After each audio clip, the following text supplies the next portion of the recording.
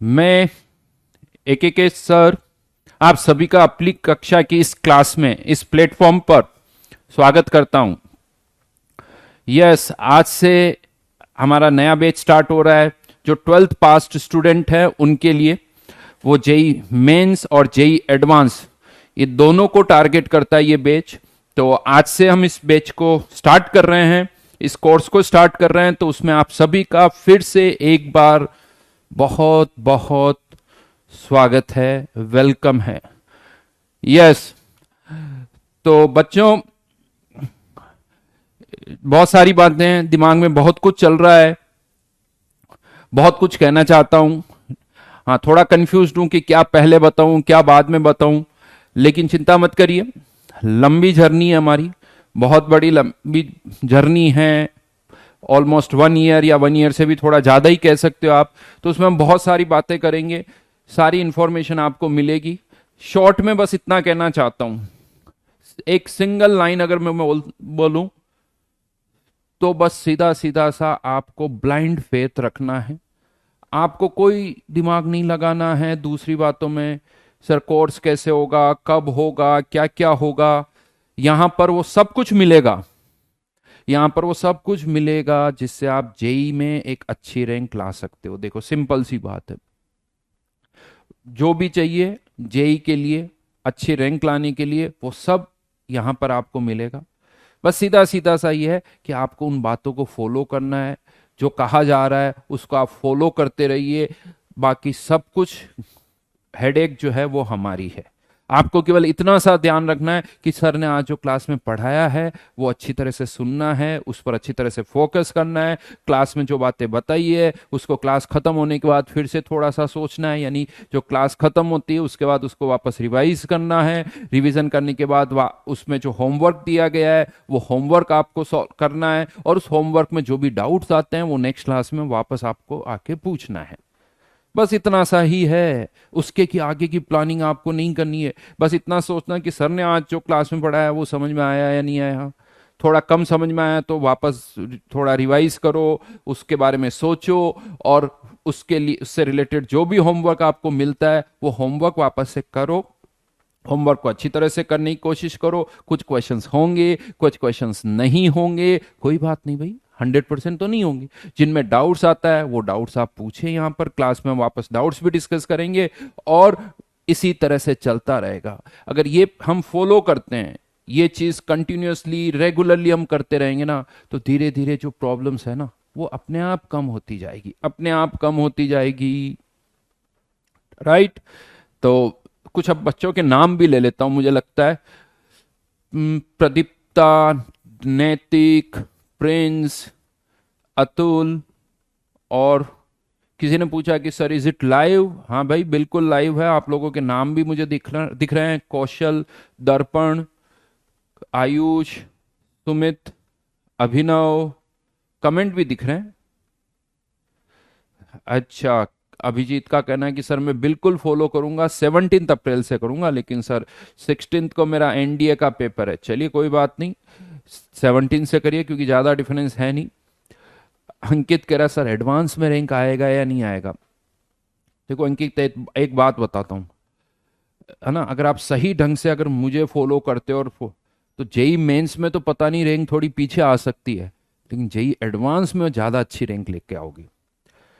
JEE advance में ज्यादा अच्छी रैंक लेके आओगे, क्योंकि जेई एडवांस में क्या होता है, कॉन्सेप्ट थोड़े कॉन्सेप्ट बेस्ड पेपर होता है, कंसेप्चुअली ज्यादा स्ट्रांग होता है।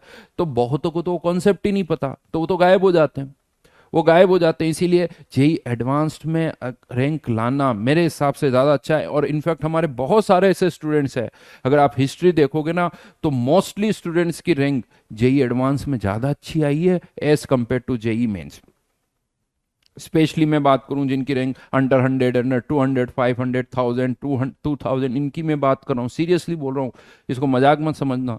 उनकी जेई एडवांस में ज़्यादा अच्छी रैंक आई है। और ये कह भी सकता हूँ, आपको पता है जेई एडवांस में इस साल का जो पेपर हुआ था, मात्र 25% पर 10,000 रैंक आई है। यानी अगर आपका स्कोर 25% है तो आपकी रैंक 10,000 है। और वही 10,000 रैंक लाने के लिए आपको पता है जेई मेंस में कितने परसेंट मार्क्स लाने पड़ते हैं? वही 10,000 रैंक लाने के लिए जेई मेंस में अराउंड रफली बात करो तो 70% के आसपास, 210 के आसपास जब स्कोर आता है तब आपकी 99 परसेंटाइल यार इस तरह से आती है, यानी 10,000 रफली मैं मान रहा हूं उसके आसपास। समझ में आ रहा है मेरा लोग? यानी 210, 300 में से 210, 70% मार्क्स, रैंक 10,000। यही जेई एडवांस में 25% मार्क्स पर 10,000 रैंक, तो वो ज्यादा आसान कह सकते हो। बट हाँ, उसके लिए फॉलो करो, होमवर्क को अच्छी तरह से करो, एग्जाम में तुक्के नहीं चलेंगे। बट हम जो करेंगे यहाँ पर देखो, इसे जेई मेंस में भी अच्छी रैंक आएगी, ऐसा नहीं है जेई मेंस में नहीं आ सकती, बट जेई मेंस और जेई एडवांस दोनों की हम बात कर रहे हैं। ठीक है, तो पहली चीज तो यही है, सीधा सा ये कहूंगा कि ब्लाइंड फेथ रखो, सब कुछ मिलेगा, कंटेंट प्रॉपर मिलेगा। और एक और चीज मैं बताता हूं, देखो ऑनलाइन प्लेटफॉर्म में बहुत सारे प्लेटफॉर्म्स हैं ऑनलाइन पर जो आपको जेई के लिए पढ़ाते हैं, लेकिन ऐसा नहीं है कि जो तुम्हें बस अच्छा लग रहा वो पढ़ाया जाएगा, ऐसा नहीं है। जो जेई के लिए जरूरी है ना, देखो वो पढ़ाया जाएगा। हर चैप्टर के बाद हम जेई मेंस और जेई एडवांस के पीवाईक्यूज करेंगे। मैं अपने सारे स्टूडेंट्स को यही कहता हूं, जब भी मैं कोई पूछता है कि सर कैसे डिसाइड करें, कहाँ से कोचिंग करनी है, क्या करना है, तो मैं उन सबको यही कहता हूं कि आप कहीं से भी कोचिंग करो। सबसे जरूरी क्या है कि जब एक चैप्टर कंप्लीट होता है तो उस चैप्टर के जो पिछले सालों में पीवाईक्यूज है, चाहे वो जेई मेंस के हो चाहे जेई एडवांस के पीवाईक्यूज हो, वो करो। तब आपको पता चलेगा कि क्या हम उस लेवल तक पहुंचे हैं या नहीं पहुंचे। हम जेई एडवांस का कोर्स कर रहे हैं तो जेई एडवांस के क्वेश्चंस पीवाईक्यूज हमसे होने चाहिए। तो ये हमारा एक बेसिक ऑब्जेक्टिव है। तो जो भी चैप्टर हम करेंगे उसके बाद जेई मेंस जेई एडवांस के पीवाईक्यूज हम साथ में जरूर डिस्कस करेंगे, तो ये हमें पता होना चाहिए। तो उसके बाद तो ऑब्वियसली अगर हम पीवाईक्यूज कर रहे हैं और वो हमसे हो रहे हैं तो क्यों हमारी रैंक नहीं आएगी, रैंक डेफिनेटली आएगी। ठीक है, तो शौर्य जी कह रहे हैं कि सर मेरे कमेंट्स देख पा रहे हैं क्या आप? बिल्कुल शौर्य, देख तो मैं पा रहा हूं, लेकिन अब क्या होता है देखो, कमेंट बॉक्स में बहुत सारे कमेंट आते हैं और वो जल्दी जल्दी मूव करते रहते हैं। क्लास में बहुत सारे स्टूडेंट्स हैं तो सबके कमेंट्स पढ़ना बड़ा मुश्किल है ना। संदेश बार बार अपना नाम ही लिख रहा है कमेंट में, संदेश, धीरज, ओके साहब, बोलो बोलो एक एक बार, चलो ठीक है। दिव्यांश, और बोलिए, अभिजीत, दीनदयाल जी, हाँ जी हाँ जी, और कौन है? Jiya, Akshay, Ankit, Mubashir, I think Mubashir. Is this live? बिल्कुल लाइव है भाई। अच्छा, अभी और भी बातें मैं बताऊंगा, बुक्स के बारे में भी बताऊंगा, वो भी क्लियर कर दूंगा। बट एक मिनट रुको, पहले एक बार थोड़े पहले नाम और देख लेते हैं। लक्की जी, दीनदयाल जी, आयुष, करण, हर्ष, हाँ हाँ हाँ सर, आर यू, क्या लिखा हुआ आगे? हाँ, आपकी चैट बिल्कुल देख सकता हूँ। अक्षत, जय श्री राम, आदर्श, नमस्ते सर, अक्षय, और बोलिए नकुल। तो अब तो आपको लग रहा है ना कि लाइव क्लास चल रही है। हाँ, प्रियंका ने कहा कि सर बिल्कुल आप जो कहेंगे हम सब कुछ करेंगे, बिल्कुल। तो डेफिनेटली एक अच्छी रैंक हम लेके जरूर आएंगे। अरूप, सर थोड़ा डर लग रहा है। अरूप देखो यार, डर तो थोड़ा बहुत लगता ही है, ऐसा नहीं है कि मैं कह दूं नहीं रिलैक्स हो जाओ, थोड़ा बहुत डर लगता है और थोड़ा बहुत डर जरूरी भी होता है, जिससे हम क्या ना मेहनत करते रहते हैं। नहीं तो क्या होता है, कॉम्प्लिसेंट हो जाते हैं, अरे ठीक है यार मस्त रहो आराम से रहो, ऐसा नहीं। डर थोड़ा रहता है ना तो थोड़ी और मेहनत करते हैं, थोड़ी और एफर्ट लगाते हैं और अच्छा करने की कोशिश करते हैं, है ना। ऐसा लगता है कि यार 40% चाहिए, थोड़ा कोशिश करता हूँ, कहीं बाई द वे एग्जाम में कुछ इधर उधर हो गया तो मेहनत, अगर आपको 40% चाहिए तो मेहनत हम कहते हैं ना 50% की करो, 50% चाहिए तो 60% की करो, इस तरह से कोशिश करो, अपने आप को और इंप्रूव करने की कोशिश करो। तो थोड़ा बहुत डर सबको लगता है, कोई प्रॉब्लम नहीं है, नेचुरल चीज है, आप कुछ अलग से नहीं हो, है ना। तो it's the part of life, part of every, आप जो कर रहे हो उसमें ऐसा होता है। इवन सचिन तेंदुलकर इतने मैच खेलने के बाद भी जब क्रिकेट खेलने जाता था तो उसे भी हमेशा लगता था भाई, उसे भी थोड़ा डर लगता था। चलो अब मैं यहां पर, मैं यार थोड़ा सा इंट्रोडक्शन आपको दे देता हूं। माई सेल्फ के सर, जिस फुल फॉर्म है अखिलेश कुमार कांठेड़, और मैं आपको फिजिकल केमिस्ट्री पढ़ाऊंगा। जेई की फिजिकल केमिस्ट्री में आपको पढ़ाने वाला हूं, राइट। यहां पर मैं आपको बताऊं तो केमिस्ट्री के 3 पार्ट है, फिजिकल, ऑर्गेनिक और इनऑर्गेनिक। ऑर्गेनिक और इनऑर्गेनिक। तो मैं आपको जो पढ़ाने वाला हूं वो क्या पढ़ाऊंगा, फिजिकल केमिस्ट्री, ऑर्गेनिक इनऑर्गेनिक, ये अलग अलग सर आपको पढ़ाएंगे। तो केमिस्ट्री के यूं कह दो 3 पार्ट हो गए, फिजिकल, ऑर्गेनिक, इनऑर्गेनिक, और मैं आपको फिजिकल केमिस्ट्री पढ़ाने वाला हूं। अब अभी कोई पूछ भी रहा था सर जेई का सिलेबस क्या है, तो जेई के सिलेबस में फिजिकल केमिस्ट्री का सिलेबस आपको बताने वाला हूं, और कौन कौन से चैप्टर्स हम कवर करेंगे वो मैं आपको यहां पर बता रहा हूं। तो ये देखिए, ये फिजिकल केमिस्ट्री का हमारा सिलेबस है जो कि मैं आपको पढ़ाने वाला हूं। देखो यहां पर एक छोटी सी चीज मैं आपको बता दूं। हाँ, किसी ने, सचिन ने लिखा कि सर यू मिस्ड मी। बिल्कुल भाई, सचिन को तो हम सभी मिस करते हैं क्रिकेट ग्राउंड पे। तो फिजिकल आपके लिए एक, मैं आपको जनरल इंफॉर्मेशन दे दूं। आप 12th दे चुके हो और अब हमारे पास तैयारी करने का एक ही साल है। बहुत सारे स्टूडेंट्स 11th से स्टार्ट करते हैं, 11th 12th 2 ईयर में जो कोर्स करते हैं वो कोर्स अब हमें एक ही साल में करना है। तो यहाँ पर डेफिनेटली अगर आप में से किसी ने 11th 12th में की है, कोचिंग की है, तो वहां से थोड़ी स्पीड बढ़ेगी, क्योंकि ये सारे चैप्टर जो 2 साल में होते थे वो सारे चैप्टर अब हमें एक साल में कंप्लीट करने हैं। ठीक है, तो ये उन सभी चैप्टर्स की लिस्ट है। इसमें ऐसा नहीं कि मैंने कोई भी चैप्टर छोड़ दिया, ऐसा नहीं है। बहुत जगह आई थिंक ऐसा हो सकता है कि ठीक है कुछ बेसिक चैप्टर्स नहीं पढ़ाए जाते हैं, बट हम सारे बेसिक चैप्टर्स भी पढ़ेंगे, मोल कॉन्सेप्ट भी पढ़ेंगे, कॉन्सेंट्रेशन टर्म, आइडियल, रियल, ये सारे चैप्टर्स जो वो हम पढ़ेंगे, और धीरे धीरे धीरे करके हम सारा सिलेबस कंप्लीट करेंगे। तो ये सारे चैप्टर्स की सीक्वेंस है, जो सीक्वेंस तो हो सकता है ऊपर नीचे हो जाए, बट स्टार्टिंग तो यही होगी। जैसे यहाँ पर सॉलिड स्टेट चैप्टर है, इसको आप शिफ्ट कर सकते हो क्योंकि ये बहुत ज़्यादा कनेक्टेड नहीं होता, तो इसको पहले भी लिया जा सकता है, इसको बाद में भी लिया जा सकता है। तो कुछ जगह पर जरूरी नहीं कि सीक्वेंस एग्जैक्टली यही फॉलो हो, बट हाँ स्टार्ट तो हम यहीं से करेंगे।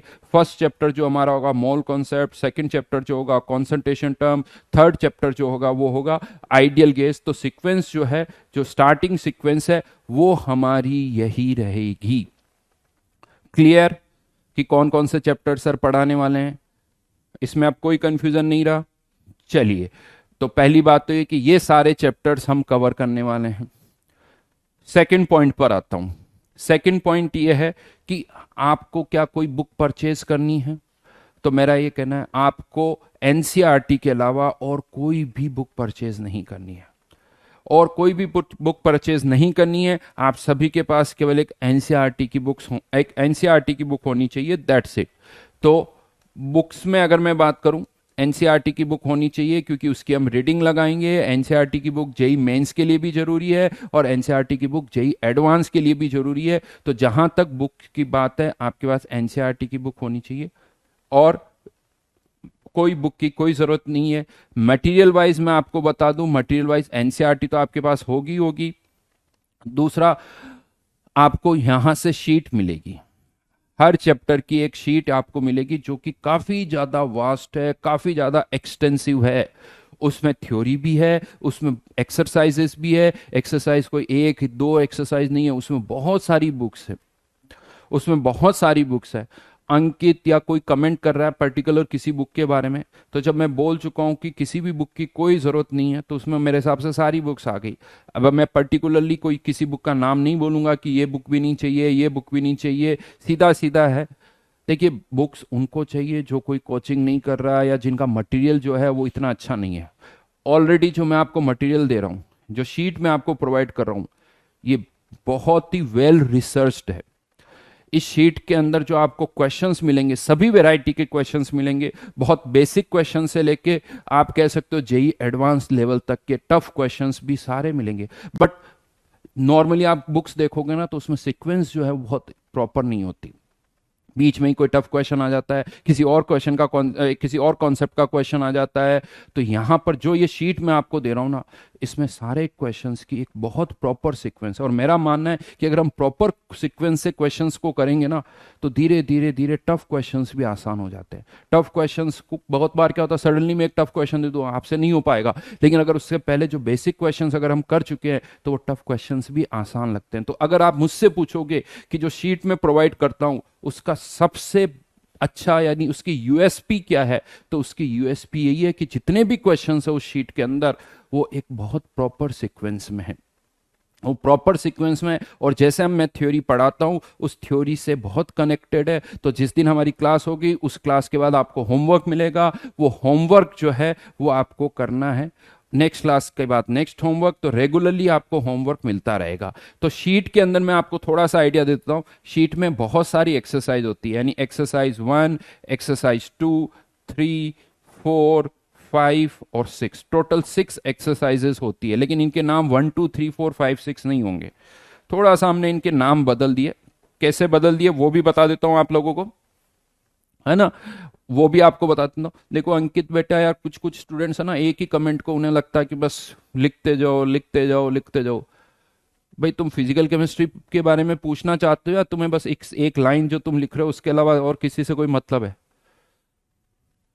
ना? तो उसको बार बार लिखने से कुछ नहीं होगा अंकित, जो मैं कह रहा हूं उस पर फोकस करो। और पहली चीज सुनो, मेरी पूरी बातें सुनो। हमेशा एक अच्छा स्टूडेंट जो होता है ना, उसकी सबसे इंपॉर्टेंट क्वालिटी क्या होती है कि सुनने की आदत होनी चाहिए, कि हाँ जो मैं सुन रहा हूं वो, और दूसरा जो सुन रहा है उसको फॉलो करो। अगर आप सुन ही नहीं रहे हो तो कोई मतलब ही नहीं रह गया। दूसरा, सुन के भी उसे अनसुना कर रहे हो, उसे फॉलो नहीं कर रहे हो, तो उसको भी, उससे भी कोई मतलब नहीं रह गया, है ना? तो ये मैं आपसे कहूंगा कि बस सीधा सीधा मेरी पहली लाइन ही यही थी कि फेथ चाहिए, कि हाँ जो सर कहेंगे वो हम करेंगे बस। और इसकी मैं गारंटी देता हूँ, वो इसलिए बोल सकता हूँ गारंटी, ऐसा नहीं कि हाथ पैर, मैं आपको ये नहीं कहूंगा कि मैं आपको यार चिंता मत करो, मैं जो कह रहा हूँ वो करो तो तुम्हें आईएएस अफसर बना दूंगा। मुझे नहीं आता यार उसका एबीसीडी। मैं आपको डॉक्टर बना दूंगा, मुझे उसकी एबीसीडी तो नहीं आती ना यार। मुझे केवल ये पता है कि फिजिकल केमिस्ट्री में कैसे मार्क्स आते हैं, सीरियसली बता रहा हूँ, ये मैं बहुत अच्छी तरह से जानता हूँ। और ये मेरा कहना है कि अगर जो मेरी बातें उसको आप फॉलो करोगे तो फिजिकल केमिस्ट्री में जेई मेंस और जेई एडवांस में मार्क्स कैसे आते हैं वो मुझे बहुत अच्छी तरह से पता है। तो जो बस कह रहा हूं वो सुनो, उसके अलावा बाकी चीजें अगर आप बार बार लिख रहे हो, जैसे अंकित को कुछ लगता सुना ही नहीं दे रहा है ना, उसको बस एक ही लाइन लगता दुनिया में पता और वो बार बार उसी को लिखा जा रहा है, क्यों अंकित? चलिए बहुत बढ़िया, ठीक है।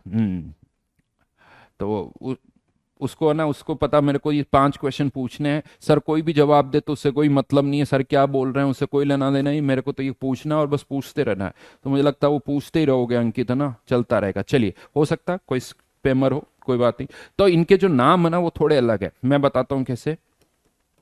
O1, S1, O2, S2, JEE mains PYQs, previous year questions, PYQs मतलब previous year questions, and JEE advanced PYQs, JEE advanced PYQs। O का मतलब क्या हुआ भाई? यहां ओ का मतलब है ऑब्जेक्टिव और एस का मतलब है सब्जेक्टिव। यहां पर एक्सेस O1 में आपको सिंगल चॉइस क्वेश्चंस मिलेंगे जिनमें केवल एक ही ऑप्शन करेक्ट होता है, वो सारे क्वेश्चंस होंगे।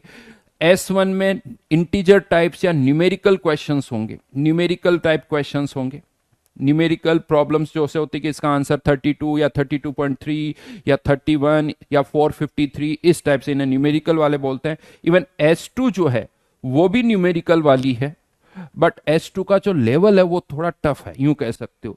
यानी S2 में जो क्वेश्चन का लेवल है वो थोड़ा टफ होता है, जेई एडवांस का कह सकते हो, या इवन उससे भी थोड़ा हायर साइड, ताकि कभी कभी जेई एडवांस में कोई और टफ क्वेश्चन आए तो उसके लिए भी हम तैयार हैं। तो जो S2 का लेवल है आप कह सकते हो कि टफ क्वेश्चंस होते हैं इसके अंदर, जबकि S1 में इतने टफ क्वेश्चंस नहीं होते हैं। जेई मेंस में भी न्यूमेरिकल्स आते हैं, तो S1 का लेवल यूं कह सकते हो कि जेई मेंस के लेवल का होता है या उससे ज्यादा होता है थोड़ा बहुत, लेकिन S2 का लेवल जेई एडवांस का होता है। O1 में क्या सारे सिंगल चॉइस क्वेश्चंस होंगे जिसमें एक ही ऑप्शन करेक्ट होता है, जबकि O2 की अगर हम बात करें, अगर मैं O2 की बात करूं तो इसमें MCQ मोर देन 1 में भी करेक्ट, यानी एक से ज्यादा जो सही हो सकते हैं, पैराग्राफ वाले क्वेश्चंस होते हैं या असर्शन रीजन टाइप क्वेश्चंस होते हैं। तो इस तरह के क्वेश्चंस यहां पर होंगे इन एक्सरसाइज 3 यानी O2। तो इस तरह से मल्टीपल टाइप ऑफ क्वेश्चंस आपको मिलेंगे। इन क्वेश्चंस का लेवल जो है वो जेई मेंस और जेई एडवांस को माइंड में रख के बनाया हुआ है। बहुत बेसिक क्वेश्चंस भी हैं, थ्योरी भी इंप्रूव करते हैं, कॉन्सेप्ट भी इनसे क्लियर होते हैं। इवन मैं आपको बताऊं कि जब हम कोई थ्योरी पढ़ते हैं ना, तो देखिए क्लास में जब आप थ्योरी पढ़ते हो ना तो वो समझ में आती है, लेकिन मेरा मानना है कि वो 50-60% ही समझ में आती है। बाकी की जो थ्योरी है वो तब समझ में आती है जब आप उस थ्योरी को अप्लाई करते हो। जब आप उस थ्योरी को अप्लाई करते हो, हाँ आदित्य जी बिल्कुल, उस थ्योरी को जब अप्लाई करते हो ना तो वो थ्योरी और समझ में आती है। बिना एप्लीकेशन के जो थ्योरी है ना वो कभी पूरी समझ में नहीं आती। अगर थ्योरी को आपको सही समझना है तो उसको अप्लाई करके देखो, और जैसे जैसे आप उसको अप्लाई करते हो थ्योरी और ज्यादा क्लियर होती जाती है और कॉन्सेप्ट स्ट्रांग होते जाते हैं। तो यहां पर ये जो एक्सरसाइज है इसके थ्रू हम और थ्योरी को स्ट्रांग कर सकते हैं। ऐसा मैं क्यों कह रहा हूं कि बहुत सारे स्टूडेंट्स आते हैं, सर वो जो थ्योरी है ना वो कम समझ में आई तो मैंने क्वेश्चन ही नहीं किया। अरे भाई, हमेशा जब आप थ्योरी पढ़ते हो तो कहीं ना कहीं तो कम समझ में आती है, क्योंकि एक ही बार आपने सुना है। जब आप क्वेश्चन करते हो ना तो वही बातें दिमाग में आती है कि यार सर ने ऐसा कुछ कहा था यार। तो जब आप वो बातें दिमाग में घुमाते हो तो वो बातें और समझ में आती है, धीरे धीरे और समझ में आती है। तो उस थॉट को अप्लाई करो, क्वेश्चंस पर अप्लाई करो, तो वो जो थ्योरी है वो और अच्छी तरह से आपको समझ में आएगी। तो ये जो शीट है वो आपको मिलेगी। अपार्ट फ्रॉम द शीट कुछ इंटरवल पर मैं आपको डीपीपीज भी दूंगा थोड़े थोड़े टाइम के बाद।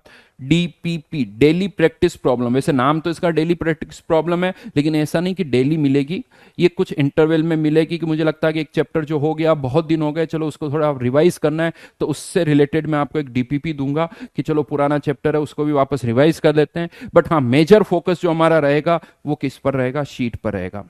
ये मेन पार्ट है। मैं आपको बता दूं, अगर आपकी जेई की प्रिपरेशन की मैं बात करूं तो उसमें ये जो शीट है ये बड़ी इंपॉर्टेंट रोल प्ले करती है। और मैं आपको यहां क्लियर कर दूं, ये शीट के अलावा कहीं से कुछ भी करने की जरूरत नहीं है। अगर इस शीट में से क्वेश्चन हो रहे हैं तो मैं आपको कहता हूं कि आपकी रैंक अंडर 10 भी आप ला सकते हो। और ऐसा हुआ है पास्ट में, स्टूडेंट्स ने इसी शीट को सॉल्व करके एक नहीं, दो नहीं, तीन तीन बार करके वो अंडर 10 भी आए हैं, फर्स्ट रैंक भी आई है, अंडर 100 भी आए हैं। तो इसके अलावा कुछ भी सोचने की जरूरत नहीं। अगर आप ये शीट कर चुके हो और आपको लगता है कि सर इसमें से सारे क्वेश्चन मुझे आते हैं, आप कोई सा भी क्वेश्चन उठा के मुझसे पूछ लो, तो फिर मैं कहूंगा आप करने की और कुछ करने की जरूरत नहीं। अब आराम करो, खेलो कूदो, मस्त रहो। ये कर चुके हो, दैट्स इट। इससे ज्यादा फिजिकल में ऐसी कोई जरूरत नहीं है कि हाँ, ऐसा कोई कॉन्सेप्ट नहीं है कि सर इस कॉन्सेप्ट का क्वेश्चन इसमें नहीं। सारे कॉन्सेप्ट के क्वेश्चंस इसमें हैं।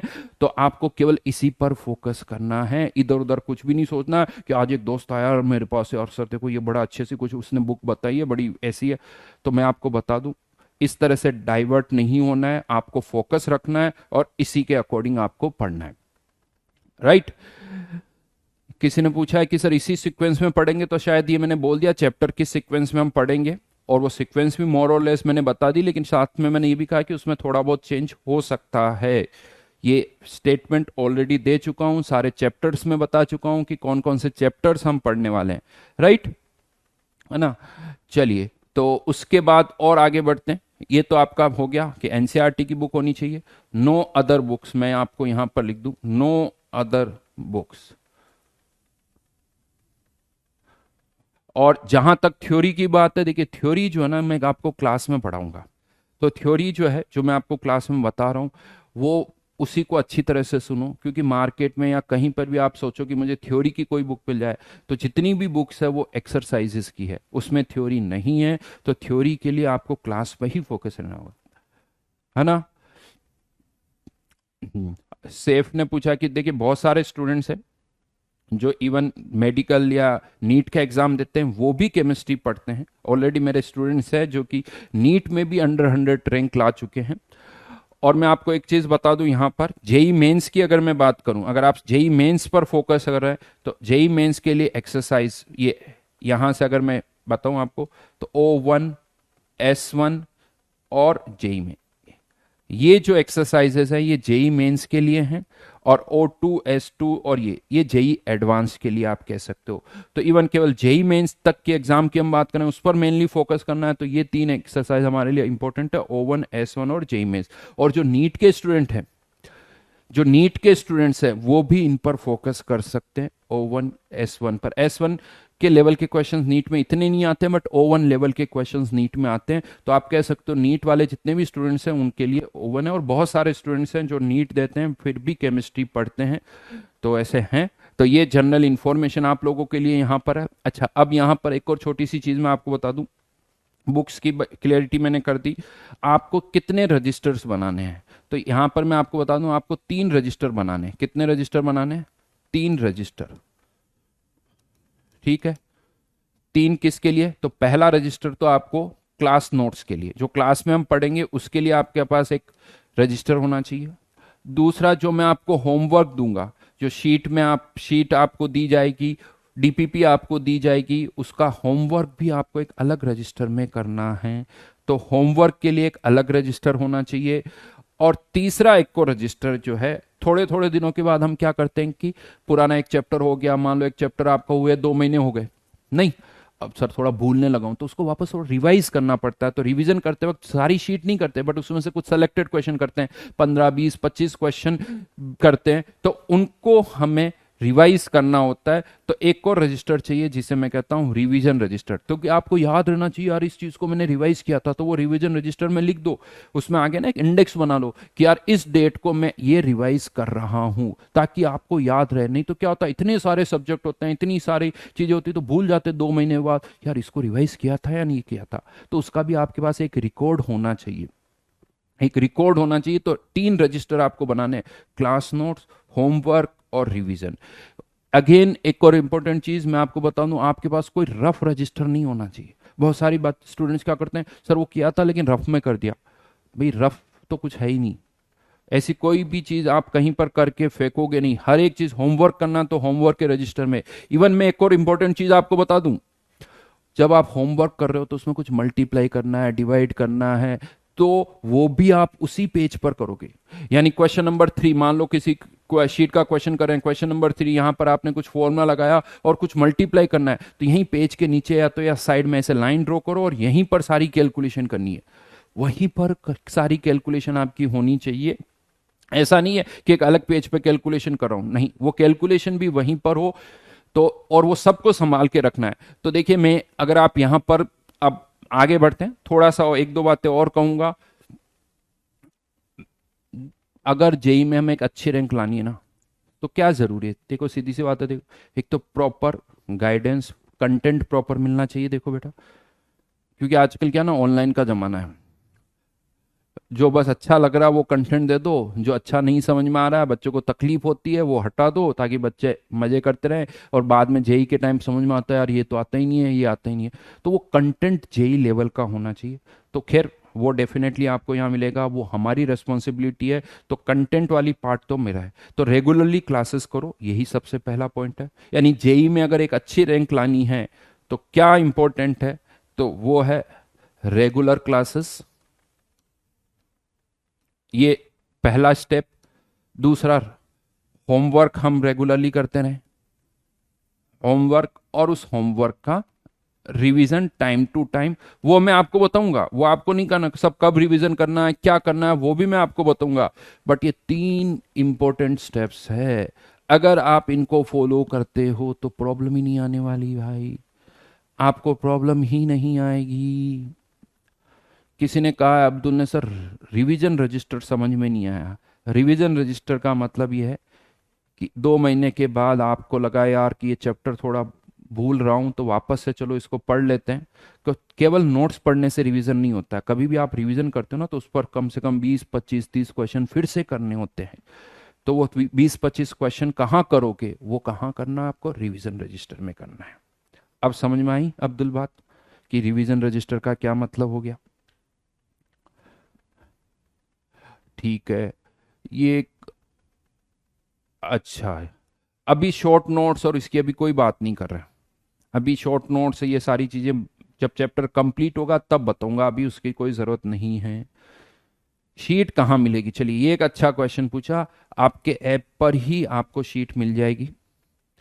तो शीट आपको ऐप पर मिल जाएगी सॉफ्ट फॉर्म में, आप चाहो तो उसका प्रिंट आउट निकलवा सकते हो, वो ज़्यादा अच्छा है। सॉफ्ट के बजाय आप जो शीट मिले उसका आप एक प्रिंट आउट निकलवा लीजिए। एक और अच्छा क्वेश्चन किसी ने पूछा है, होमवर्क का डिस्कशन क्या होगा? तो हर क्लास में जो मैं होमवर्क देता हूँ ना, वो नेक्स्ट क्लास में सबसे पहले वही डिस्कस होता है, उसके बाद हम थ्योरी आगे पढ़ाई स्टार्ट करते हैं। तो हर क्लास का जो होमवर्क होगा वो नेक्स्ट क्लास में डिस्कस होगा। आप अपने जो भी डाउट्स है वो नेक्स्ट क्लास में पूछ सकते हो, ठीक है। अब ये कितने क्वेश्चन होंगे, मनन, ये सब जब एक्सरसाइज देखोगे ना तब समझ में आएगा। ये कोई फिक्स नहीं होता, कि डिपेंड करता है चैप्टर कौन सा है, उस पर कितने क्वेश्चंस बनते हैं। तो ये पूछने वाला क्वेश्चन नहीं है ना। और इतनी डिटेल में कि उसमें कितने क्वेश्चन होंगे फिर मैं बताऊंगा, तो इस चीज पर कितने क्वेश्चन होंगे, और वो सारी बातें हमारी है। आपको बस ये देखना है कि सर ने जो होमवर्क दिया है वो होमवर्क हुआ है या नहीं हुआ है। रेगुलर इंटरवल पर टेस्ट भी होंगे आपके, टेस्ट होंगे, टेस्ट पेपर्स मिलेंगे आपको। उसमें आपकी परफॉर्मेंस आप खुद सोच सकते हो किस सब्जेक्ट में कितने मार्क्स हैं। टेस्ट पेपर के बाद एक एनालिसिस भी आपको मिलेगा।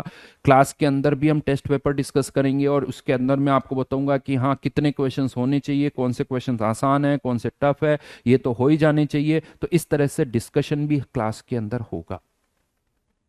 किसी ने पूछा सर डाउट क्लास, बेटा हर क्लास डाउट क्लास है हमारी।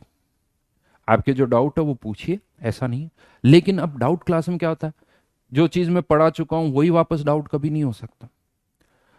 उसी, यानी कोई आता है सर मोल कॉन्सेप्ट में डाउट, है मोल कॉन्सेप्ट में थोड़ी डाउट हो सकता है, नहीं।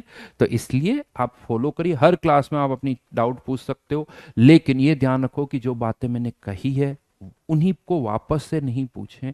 उन्हीं को, अगर उसमें डाउट है तो उस रिकॉर्डेड लेक्चर को एक बार देखो कि हाँ ये सर ने पढ़ाया था, चलो यार मुझे थोड़ा डाउट आ रहा है तो इसको वापस से देख लेते हैं। अपने आप वो सारी चीजें समझ में आ जाएगी, हर चीज वापस डिटेल में।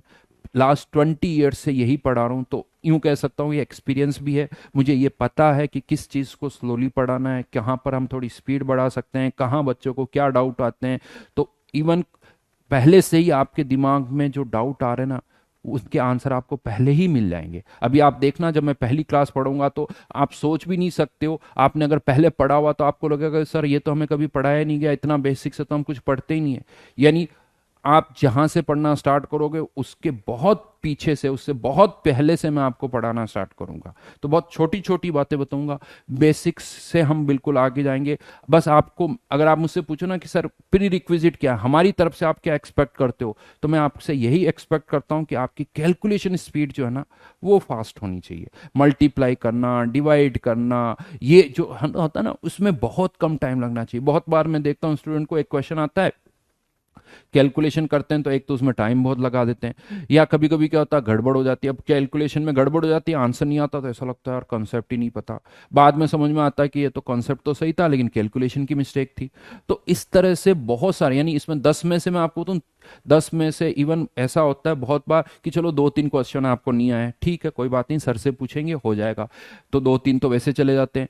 3-4 क्वेश्चन में, 2-3 क्वेश्चन में हम कैलकुलेशन में मिस्टेक कर देते हैं, तो उसके बाद बचते हैं कि 3 ही क्वेश्चन हुए सर 10 में से, मेरे से तो 3 ही क्वेश्चन हुए। यही अगर आपकी कैलकुलेशन सही है तो ऐसा लगेगा 10 में से 6-7 सही हो गए। तो ये थोड़ा फायदा है, ठीक है।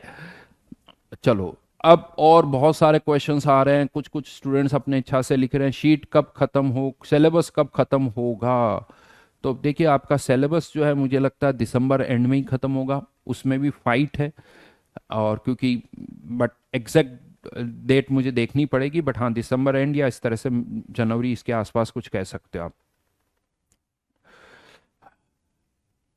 ओके, स्पीड कैसे इंक्रीज करें? जितनी ज़्यादा प्रैक्टिस करोगे बेटा अपने आप स्पीड बढ़ती जाएगी, स्पीड बढ़ती जाएगी। आपको प्रैक्टिस करनी है, ज़्यादा से ज़्यादा क्वेश्चन करने हैं, जैसे जैसे क्वेश्चन करते जाओगे अपने आप स्पीड बढ़ती जाएगी। जैसे है ना, आप मुझसे पूछो, चलो मैं आपसे एक क्वेश्चन पूछता हूँ, मेरे को कार चलाना तो आता है लेकिन और ज़्यादा स्पीड से नहीं चला पाता हूँ। मैं कार को ना 40, 50, 60, 70, ठीक है, हाईवे पर 80, 90 चला पाता हूँ। तो कैसे बढ़ाऊँ मेरी स्पीड, बताओ ना यार, क्या करूँ मैं? कार की स्पीड चलानी, बड़ा स्पीड से चलानी, बताओ। आप बताओ मुझे क्या करना चाहिए, नहीं पता आपको? पता है ना, सबको पता है। बताओ क्या कहोगे आप? सर डेली कार चलिए आप 100 किलोमीटर, 200 किलोमीटर स्पीड से चलाओ, सर प्रैक्टिस करो, ऐसे यही बोलोगे ना? नहीं बोलो।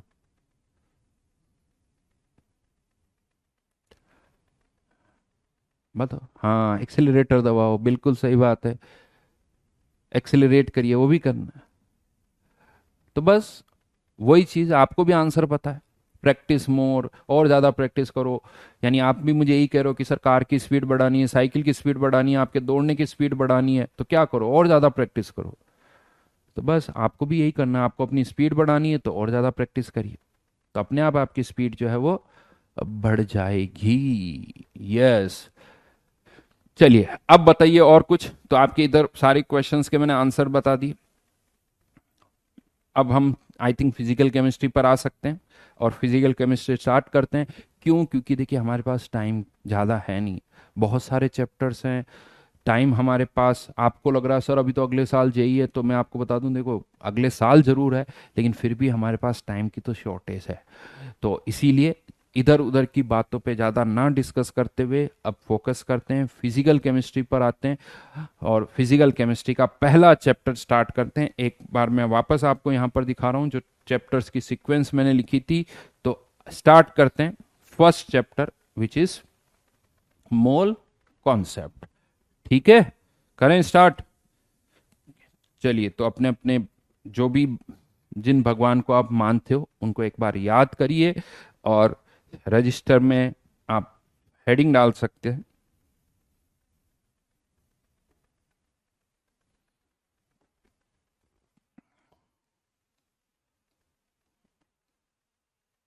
Mole concept.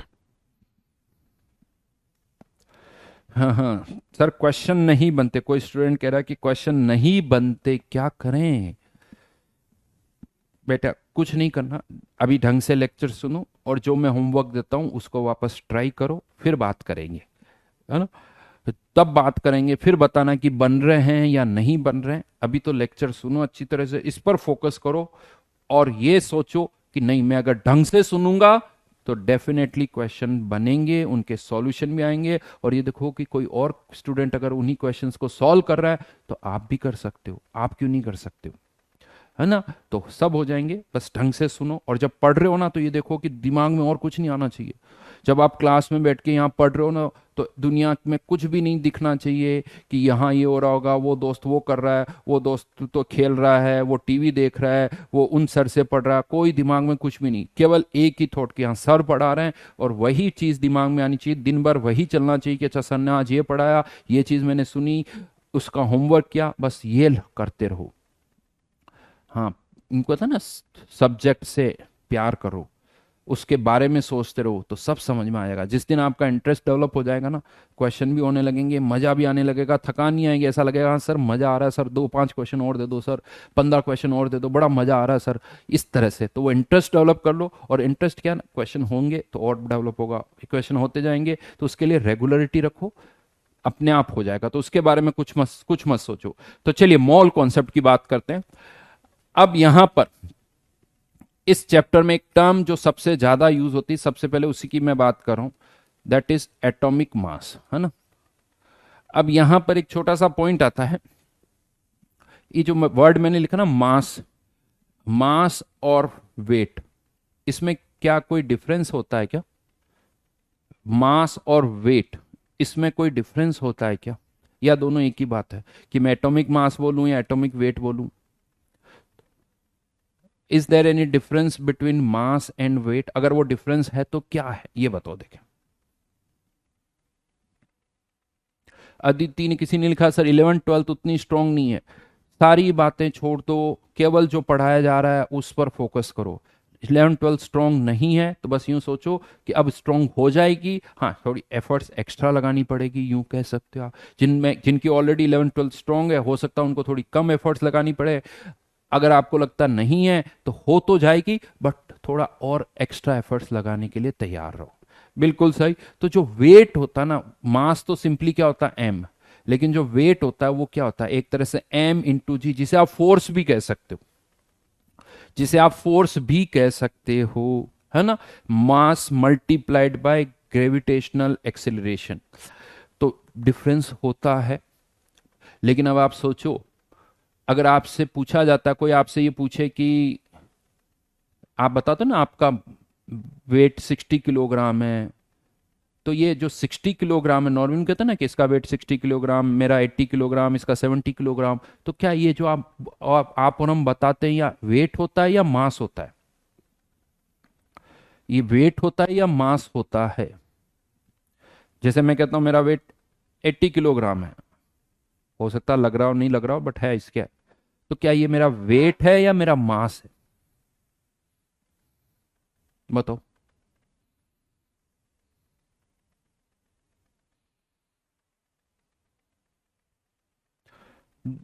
मैं कहता हूं कि मेरा वेट 80 किलोग्राम है, बट क्वेश्चन मेरा है कि ये मेरा वेट है या मेरा मास है? बड़े मिक्स कमेंट आ रहे हैं, कोई वेट भी बोल रहा है, कोई मास भी बोल रहा है, बट मैं आपको बता दूं, मैं जो 80 बोलता हूं वो मेरा मास है, वो वेट नहीं है। वेट निकालने के लिए 80 को जी से मल्टीप्लाई करना पड़ेगा, तब जाके वो वेट यानी वो फोर्स आएगा, एम मल्टीप्लाइड बाई जी। समझ में आई मेरी बात? लेकिन अब आप सोचो, अगर मैं ये बोलूं कि मेरा मास 80 किलोग्राम है, तो बड़ा सुनने वाले को अजीब सा लगेगा। या मैं किसी से पूछूं कि तुम्हारा मास बताओ, तो सही में तो वो मास है, लेकिन बोलने में अजीब लगता है भाई, इसीलिए आप और हम उसे वेट बोलते हैं। तो यहां पर एक चीज मैं बता दूं, डिफरेंस होता है वेट और मास में। ज्यादातर हम बोलते कुछ भी हो, बट वो मास ही है। लेकिन केमिस्ट्री में अब एटॉमिक मास वर्ड भी यूज होता है, एटॉमिक वेट वर्ड भी यूज होता है, बट चाहे आप एटॉमिक मास बोलो चाहे एटॉमिक वेट बोलो, है तो वो मास ही है, तो वो मास ही है। ठीक है, तो एटॉमिक मास की मैं बात कर रहा हूं, तो अब एटॉमिक मास हम ज्यादातर तो यही वर्ड यूज करेंगे, बट कहीं एटॉमिक वेट लिखा हुआ भी है, तो आप कह सकते हो कि एटॉमिक वेट या एटॉमिक मास हमारे लिए एक ही है। अब पॉइंट ये आता है कि आप सबको पता है कि हर एक एटम का एक एटॉमिक मास होता है। ऑक्सीजन का 16 होता है, एल्यूमिनियम का 27 होता है, ठीक है, आयरन का 56 होता है। ये कैसे आया, ये कैसे मेजर होता है? चलिए उसकी बात करते हैं कि ये मास कैसे, एटॉमिक मास कैसे मेजर किया जाता है। तो उसे समझने के लिए, एटॉमिक मास समझने के लिए पहले चलिए बात करते हैं, हमारे वेट की बात करते हैं। हमारा वेट कैसे निकलता है? इनफैक्ट मेरा जो वेट है, आई थिंक किलोग्राम वाली स्केल पर तो अलग है,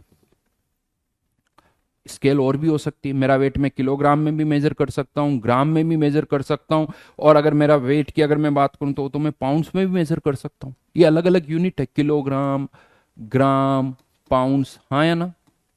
एलबीएस जिसे लिखा जाता है, एलबीएस पाउंड्स। तो ये अलग अलग स्केल है। अब चलिए थोड़ा सोचते हैं, ये जितने भी मास आप मेजर करते हो ना, वो कैसे आया? मेरा वेट 80 किलोग्राम है, ये कैसे निकल के आता है? तो हुआ क्या, हमने फिक्स कर दिया, एक छोटा सा सैंपल लिया और कह दिया कि यार ये 1 किलोग्राम है, ये 1 किलोग्राम। एक यूं लिया, एक कोई पत्थर लिया या कोई भी कॉपर या लोहे का कोई भी पीस लिया और कह दिया हमने कि ये 1 किलोग्राम है, राइट। और अब मुझे अगर मेरा वेट फाइंड आउट करना है इन किलोग्राम स्केल, किलोग्राम वाली स्केल पर, तो मैं क्या करूंगा? सुन लो पहले, अब सुनो। अगर मुझे मेरा वेट फाइंड आउट करना है तो मैं क्या करूंगा? ये फिक्स कर लिया कि मैंने कह दिया ये 1 किलोग्राम है। अब हम क्या करेंगे, एक बैलेंस लेंगे, एक बैलेंस लेंगे, उसमें एक तरफ किलोग्राम ये रखेंगे और दूसरी तरफ लेट्स से मुझे मेरा वेट मेजर करना है, तो मैं यहां पर बैठ जाऊंगा। एक तरफ तो बैलेंस में मैं बैठ गया, और दूसरी तरफ अब मैं इस तरह से 1 किलोग्राम के पीसेस रखना स्टार्ट कर रहा हूं। एक पीस रखा, दूसरा पीस रखा, तीसरा पीस रखा, चौथा रखा, पांचवा रखा, इस तरह से रखता जा रहा हूं, रखता जा रहा हूं, रखता जा रहा हूं। मैंने यहां पर टोटल कितने पीसेस रख दिए? 80 पीसेस रख दिए। कितने पीसेस रख दिए? 80 पीसेस। और जब मैंने 80 पीसेस यहां पर रखे, तो ये बैलेंस जो है, ये बैलेंस हो गया। ये जो बैलेंस है वो बैलेंस हो गया। मतलब क्या हुआ इसका? इसका मतलब ये हुआ कि जो मेरा मास है, मेरा वेट है, वो 1 किलोग्राम से कितने टाइम्स है? 80 टाइम्स है। क्योंकि कितने पीसेस यहां पर रखने पड़े? 80 पीसेस रखने पड़े। तो जो मेरा वेट निकल के आएगा मेरा, वो कितना हो जाएगा? 80 किलोग्राम। मेरा जो मास है वो कितना हो जाएगा? 80 किलोग्राम, क्योंकि मैं 80 पीसेस रखने पड़े यहां पर। लेकिन ये कब है? जब आप कौन सी स्केल की बात करो? किलोग्राम। और आपको भी पता है किलोग्राम में कुछ और होगा, ग्राम में कुछ और होगा, पाउंड्स में कुछ और होगा। होता है नहीं होता?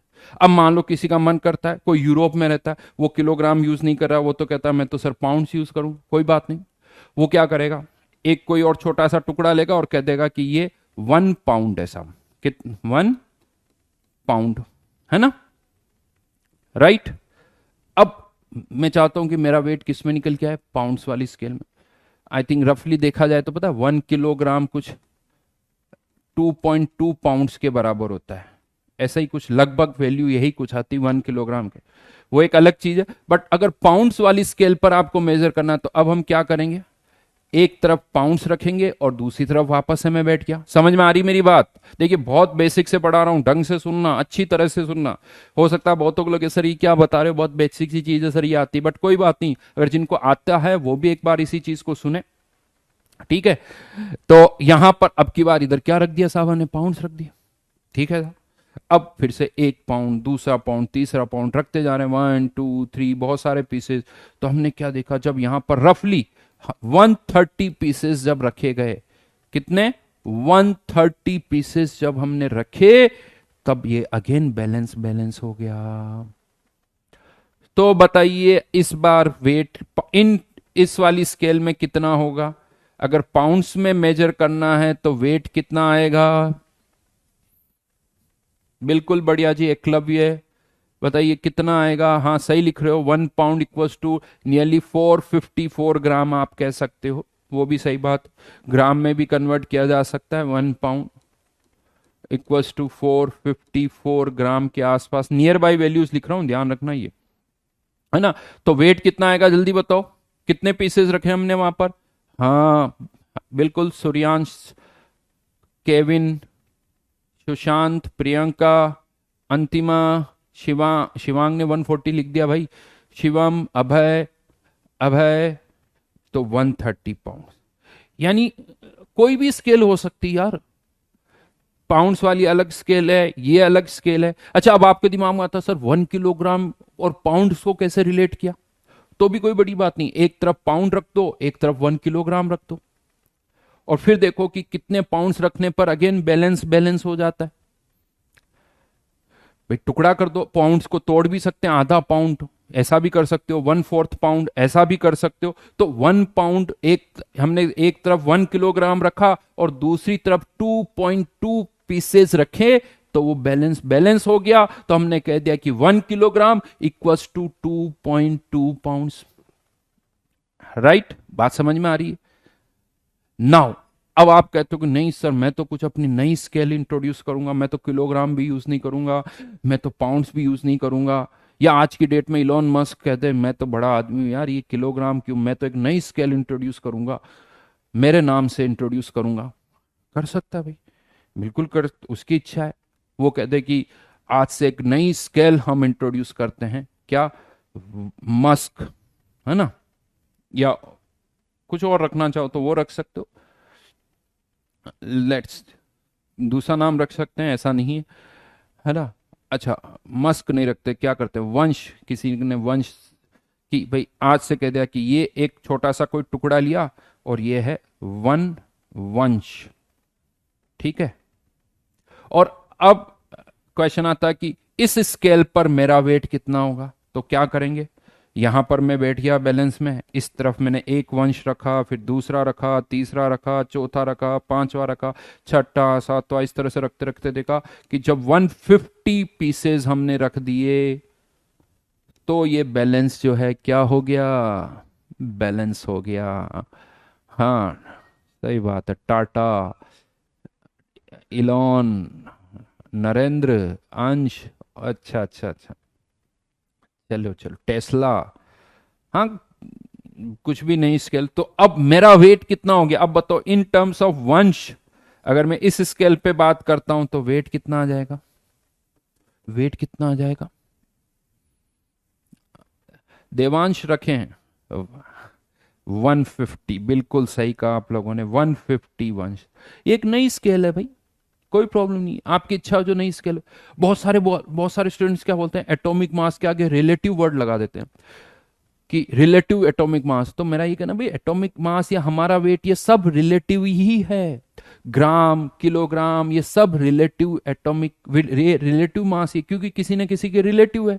जिस दिन आप रेफरेंस बदल दोगे वैल्यूज बदल जाएगी, किलोग्राम में आंसर कुछ और आएगा, ग्राम में कुछ और आंसर आएगा, वंश में कुछ और आंसर आएगा। तो समझ में आना चाहिए कि हाँ ये कैसे आ रहा है। समझ में आई ये बात? ये तो मैंने हमारे लिए डिस्कस की। बोलो बात समझ में आई? यानी कोई एक स्केल नहीं, बहुत सारी स्केल हो सकती है, और इनको भी हम आपस में एक दूसरे से रिलेट कर सकते हैं। सब रिलेटिव है। आपका weight obviously 1 kilogram, kilogram scale में यूज करो तो किलोग्राम के रिलेटिव है, ग्राम में यूज करो तो ग्राम के रिलेटिव है, और कुछ स्केल यूज करो तो उसके रिलेटिव है। ठीक है, अब एटम्स पर आते हैं। अब प्रॉब्लम क्या हो जाती है कि ये जो नॉर्मल लाइफ में हम जो रेफरेंस लेते हैं ना, ग्राम, किलोग्राम, पाउंड्स, ये बहुत बड़े हैं। जब आप एक एटम पर आते हो तो एक एटम तो बहुत छोटा होता है भाई। तो एक एटम के लिए तो ये रेफरेंस नहीं चल सकते, उसके लिए तो रेफरेंस कोई और होना चाहिए जो कि बहुत छोटा हो। तो इन केस ऑफ जब हम एटॉमिक मास मेजर करते हैं तो वहां पर जो हमारा रेफरेंस होता है ना, रेफरेंस जो होता है वो होता है 1/12 of mass of single atom of carbon 12। ये हमारा रेफरेंस है, ये हमारा रेफरेंस है किसका?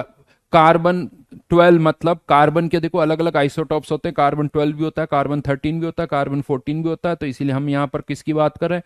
कार्बन 12 की बात कर रहे हैं। और उसका भी 1/12 पार्ट, यानी उसके भी यूं कर दो 12 टुकड़े कर दिए, तो उसका केवल 1/12 पार्ट लिया और उसको हमने एक रेफरेंस मान लिया।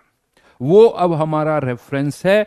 और जैसे किसी को हमने किलोग्राम बोल दिया, किसी को हमने पाउंड बोल दिया, अभी हमने किसी एक सैंपल को वंश भी बोल दिया था, किसी ने कहा नहीं सर इलॉन बोलो, तो कुछ भी बोल सकते हैं। तो और इसको हमने क्या बोल दिया? इसको भी एक नाम तो देना ही है, एक यूनिट तो देनी है। तो इसको हमने क्या बोल दिया? 1 AMU, atomic mass unit. Atomic mass unit. आजकल सिंपली केवल यू भी लिख दिया जाता है, इसको U1 भी लिख दिया जाता है। तो ठीक है, हम AMU लिखेंगे, एटॉमिक मास यूनिट। यानी AMU भी एक तरह की एक यूनिट हो गई भाई। जैसे ग्राम, जैसे किलोग्राम, जैसे पाउंड्स, उसी तरह से AMU भी एक यहां पर यूनिट हो गई, एक यूनिट है। आपकी इच्छा तो कुछ और यूनिट रख सकते थे, बट ये एक यूनिट यहां पर आ गई। अब जब जैसे ये लिखा जाता है तो बहुत सारे डाउट्स आते हैं, बहुत सर कार्बन 12 ही क्यों लिया गया?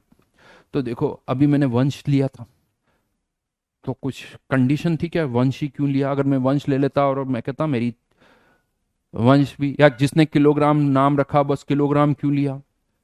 अरे भाई कुछ भी ले सकते थे यार, एक कोई रेफरेंस लेना था। सही पूछो तो इसके पीछे कोई ज्यादा लॉजिक है ही नहीं कि कार्बन क्यों लिया, ये क्यों लिया। देने में दिया जा सकता, लेकिन कोई फर्क नहीं पड़ता।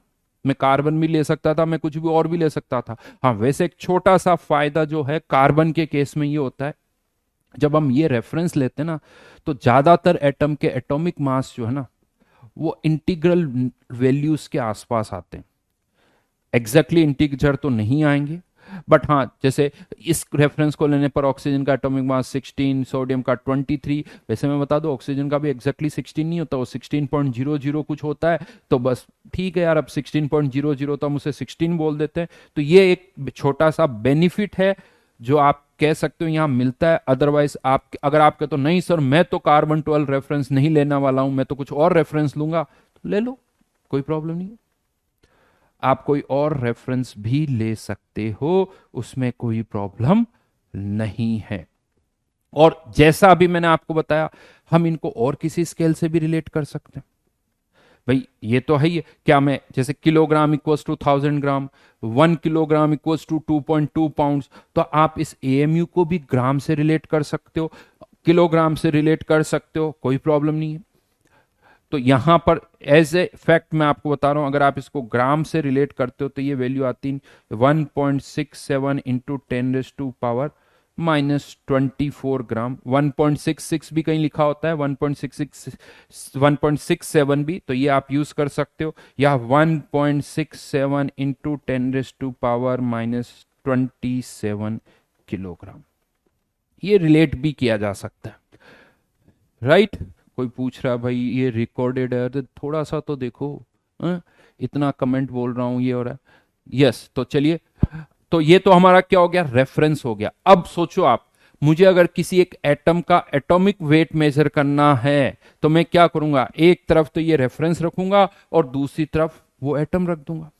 जैसे अब आपसे कोई कहे, सुनना अच्छी तरह से, कि यार एल्यूमिनियम का एटॉमिक मास निकालना है, तो आप क्या करोगे, एक तरफ तो ऐसे 1 AMU वाले पीसेस रख दोगे। यूं सोचो, कार्बन का एक टुकड़ा लिया और उसका 1/12 पार्ट कर लिया, करना बड़ा मुश्किल है, बट तोड़ दिया। ये एक पीस, दूसरा, तीसरा, इस तरह से रखते गए, और इस तरफ हमने क्या रख दिया, एक एल्यूमिनियम का एटम रख दिया साहब। किसका, एल्यूमिनियम का एक एटम रख दिया यहां पर। तो हमने जब यहां पर ऐसे 27 पीसेस रखे, 27 पीसेस रखे, तो ये बैलेंस जो है वो क्या हो गया, बैलेंस हो गया। इसका मतलब एल्यूमिनियम का एटॉमिक मास कितना है, 27। ऐसे आप कह सकते हो कि इस तरह से कंपेयर किया जा सकता है, 1 AMU इधर रख दो, एल्यूमिनियम का एक एटम इधर रख दो, या इसको फॉर्मूले वाइज अगर मैं आपको बताऊं, अगर हम इसको फॉर्मूला वाइज देखें तो ऐसे भी कह सकते हो कि एटॉमिक मास अगर आपको निकालना है तो क्या करो, मास ऑफ एन एटम, एक एटम का mass divided by mass of reference. Mass of reference, ये रेफरेंस कुछ भी हो सकता है। राइट नाउ हमारा ये जो रेफरेंस है, mass of an atom divided by reference क्या है, 1/12 of mass of single atom of carbon 12, of carbon 12, ये हमारा रेफरेंस है। अब आपको कंपेयर करना है कि एक एल्यूमिनियम का एक एटम 1 AMU से कितने टाइम्स है। अगर वो 27 टाइम्स है तो 27 हो जाएगा। ऑक्सीजन का एक एटम 1 AMU से कितने टाइम्स है, 16 टाइम्स है, तो 16 हो जाएगा। तो इस तरह से आप यहां से एटॉमिक मास निकाल सकते हो। हाँ, ये ध्यान रखो कि अगर ये ग्राम में है तो ये भी ग्राम में, ये AMU में है तो ये भी AMU में, अगर ये किलोग्राम में है तो ये भी किलोग्राम में होना चाहिए, दोनों सेम यूनिट में होनी चाहिए। अगर एक एटम का मास 27 AMU तो ये 1 AMU, तो ये एक जैसा होना चाहिए, सेम यूनिट होनी चाहिए। यहीं से अब मैं आपको 2-3 चीजें और बताऊंगा, बहुत ढंग से सुनना, क्योंकि हो सकता है कि यार वो आपने पहले कहीं से पढ़ा है तो शायद हो सकता है कुछ गलत हो। जो मैं कह रहा हूं वो बिल्कुल सही है, उसी को सुनना है आपको। सबसे पहला पॉइंट यहां पर आता है कि ये जो एटॉमिक मास है ये हमेशा रेशियो है, ये भी ग्राम में, ये भी ग्राम में, ये किलोग्राम में तो ये भी किलोग्राम में, यानी ये तो दोनों का रेशियो तो यूनिटलेस हो गया। मतलब एटॉमिक मास की कोई यूनिट नहीं होती है। अगर आप मुझसे पूछोगे atomic mass of aluminium, atomic mass of aluminium पूरा बताऊंगा, फिर कोई क्वेश्चन पूछना। एटॉमिक मास ऑफ एल्यूमिनियम 27, कोई यूनिट नहीं है। एटॉमिक मास ऑफ आयरन कोई पूछता है तो इट इज 56, कोई यूनिट नहीं है। एटॉमिक मास ऑफ सोडियम ये आता है 23, कोई यूनिट नहीं है। तो बहुतों को लगता नहीं सर ये तो हम तो ऐसे बोलते हैं 27 AMU, 56 AMU, 23 AMU, तो इसका क्या मतलब हुआ वो भी मैं समझा रहा हूं। But atomic mass is unitless, atomic mass is unitless, yes, इसकी कोई यूनिट नहीं होती है, ठीक है। अब तो फिर ये क्या आ गया 27 AMU, ये क्या होता है, तो अब वो मैं आपको बता रहा हूं। सपोज करो अब आपको किसी एक एटम का एटॉमिक मास पता है, एटॉमिक मास तो पता है, लेकिन उस एक एटम का मास निकालना है, उसके एक एटम का मास निकालना है। तो अगर मुझे किसी एक एटम का मास निकालना है तो मैं क्या करूंगा, यहां पर ये जो डिनोमिनेटर में है इसको AMU में पुट कर देते हैं, तो ये वैल्यू तो कितनी हो गई 1 AMU, 1 AMU। तो एक एटम का मास क्या हो जाएगा, मास ऑफ एन एटम। उसके लिए आप क्या करोगे, उसके लिए क्या करोगे, एटॉमिक मास को किससे मल्टीप्लाई कर दोगे, 1 AMU से। किससे, 1 AMU। तो 1 से तो कोई डिफरेंस आएगा नहीं, बट अब इसकी यूनिट आ जाएगी, अब इसकी यूनिट आ जाएगी। यानी एटॉमिक मास को अगर AMU से मल्टीप्लाई कर देते हो तो वो क्या निकल के आता है, मास ऑफ एन एटम, एक एटम का मास। यानी यहां पर अगर मैं आपसे कहूं कि mass of an atom, of an atom of aluminium, of aluminium, तो ये पता है कितना आ जाएगा, 27 AMU। देखिए बहुत बेसिक सी चीज है, लेकिन मैं आपको बताऊं ये बहुत कंफ्यूजिंग है, बहुतों को नहीं समझ में आता है। तो ये यहां पर एक एटम ऑफ एल्यूमिनियम का मास पूछा जा रहा है तो वो है 27 AMU। अगर आयरन के एक एटम का मास पूछा जाता है तो वो कितना है, 56 AMU। सोडियम के एक एटम का मास पूछा जाता है तो वो कितना हो जाएगा, 23 AMU। 23 AMU। यानी अगर आपको एटॉमिक मास पता है और आपसे कोई पूछे कि इसके एक एटम का मास क्या होगा, तो उसके आगे यूनिट क्या लगा दो, AMU लगा दो, तब वो उसके एक एटम का मास हो जाएगा। बट आपसे कोई पूछे कि एल्यूमिनियम का एटॉमिक मास क्या है, तो आंसर इज 27। उसके आगे कोई यूनिट नहीं लगेगी। बात समझ में आई? AMU कब लगाना है, AMU कब लगाना है? हाँ आप में से, राइट, ये AMU। और अब आप चाहो कि नहीं सर मेरे को तो मास AMU में नहीं, ग्राम या किलोग्राम में चाहिए, तो बहुत बढ़िया, अब आप इसको किलोग्राम में कन्वर्ट कर दो, आप इसे ग्राम में भी कन्वर्ट कर सकते हो, वो आपके ऊपर है। बट जैसे यहां पर अगर मुझे चाहिए ये कितना होगा, तो 27 इंटू 1.67 इंटू 10⁻⁻24 ग्राम। यहां पर 56 इंटू 1.67 इंटू 10⁻⁻24 ग्राम। किलोग्राम में भी कन्वर्ट कर सकते हो, किलोग्राम में भी कन्वर्ट कर सकते हो, ठीक है।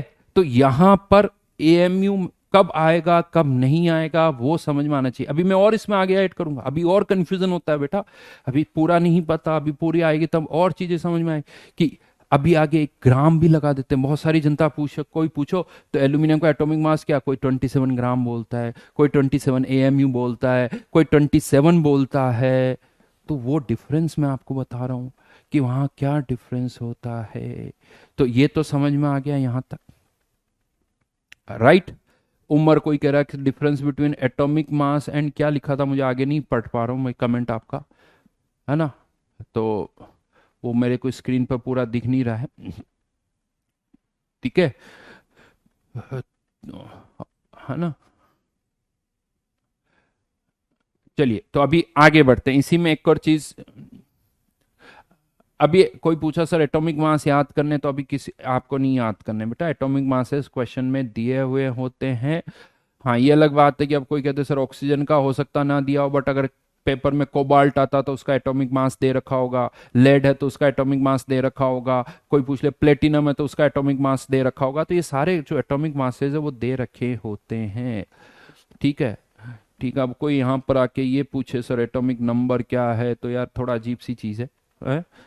थोड़ा तो पता होना चाहिए, नहीं 11th का एग्जाम दिया है, 12th का एग्जाम दिया है, तो बेसिक टर्म्स तो पता ही होती है ना। ऐसा नहीं कि सर वो 10 की टेबल बता दो एक बार आप क्या होती है, तो वो तो बड़ा अजीब सा हो जाएगा, फिर हमें 3-4 साल लगेंगे, मैं बता तो दूंगा, ठीक है। अब यहीं पर अब मैं आपसे ये कहता हूं कि मुझे हर एक एटम का मास पता है, AMU में भी पता है, उसे मैं ग्राम में कन्वर्ट कर सकता हूं। तो अब हमें यहां पर एक एटम का मास पता। अब मान लो कोई कहता है कि मेरे पास एल्यूमिनियम है, कितना है, 54 AMU एल्यूमिनियम है, तो बताओ एल्यूमिनियम के कितने एटम्स होंगे। अगर 54 AMU एल्यूमिनियम है तो मेरे पास एल्यूमिनियम के कितने एटम्स होंगे, बताइए जल्दी से, बड़ा सिंपल सा क्वेश्चन है।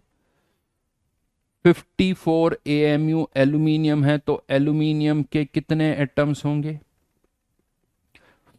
क्योंकि हमें एक एल्यूमिनियम के एटम का मास पता है, तो 54 AMU में एल्यूमिनियम के कितने एटम्स होंगे। जल्दी जल्दी आंसर लिखो फटाफट फटाफट। 54 AMU एल्यूमिनियम है तो एल्यूमिनियम के कितने एटम्स होंगे। बिल्कुल बिल्कुल सही जा रहे हो, सही जा रहे हो।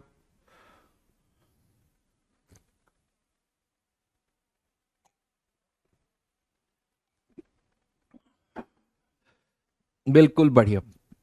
लेकिन अब हुआ क्या, AMU था, समझ में आ रहा है, 27 एक तो 54 में 2, 81 में 3, करना क्या है, इसको 27 AMU से डिवाइड करना है, यही तो करना है, तो आंसर आ गया 2।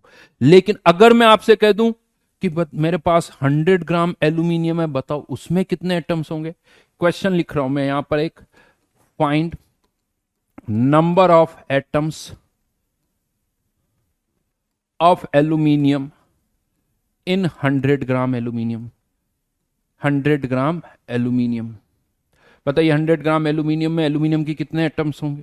तब भी क्या करेंगे, करना तो वही है, number of atoms equals to 100 gram और एल्यूमिनियम के एक एटम का मास, और एल्यूमिनियम के एक एटम का मास कितना है? 27 एएमयू।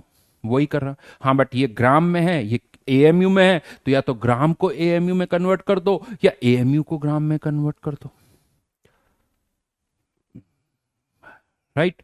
अभी रुको शुभम, सब पे आऊंगा। अभी ये ग्राम में, ये एएमयू में, ऑब्वियसली या तो इस एएमयू को ग्राम में कन्वर्ट कर दो, जो अगेन आप कर सकते हो, और फिर इसको सॉल्व कर सकते हो, कोई प्रॉब्लम नहीं है। 100 gram divided by 27 into 1.67 into 10⁻⁻²4, इस तरह से सॉल्व किया जा सकता है। लेकिन इसी को करने का मैं अब आपको दूसरा तरीका बताऊंगा। कर तो हम ऐसा सकते हैं, लेकिन इससे भी और आसान तरीका है, इससे भी थोड़ा आसान तरीका है। वो तरीका क्या है वो मैं आपको यहां पर बता रहा हूं। बिल्कुल बहुतों को आता है, बट उसी पर मैं आ रहा हूं, थोड़ा सा वेट करो।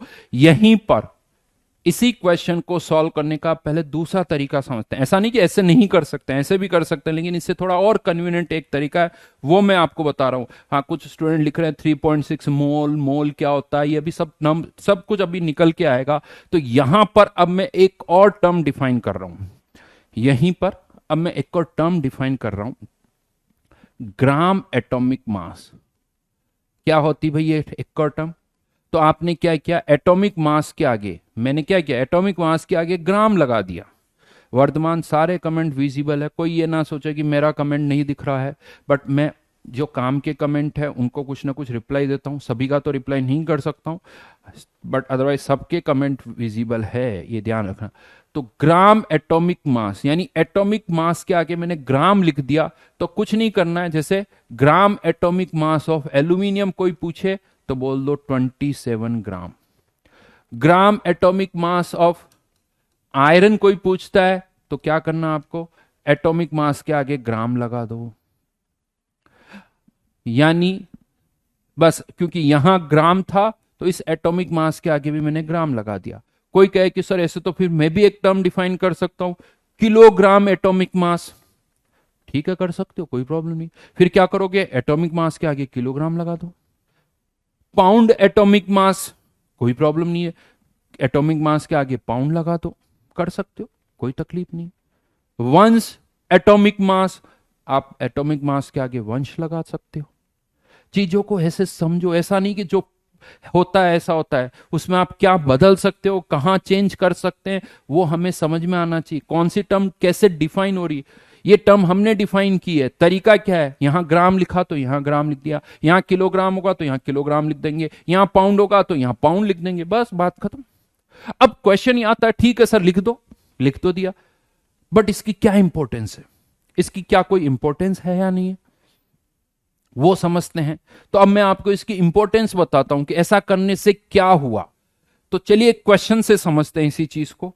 लेट से अब मैं वापस से एक क्वेश्चन आपको दे रहा हूं, फाइंड नंबर ऑफ एटम्स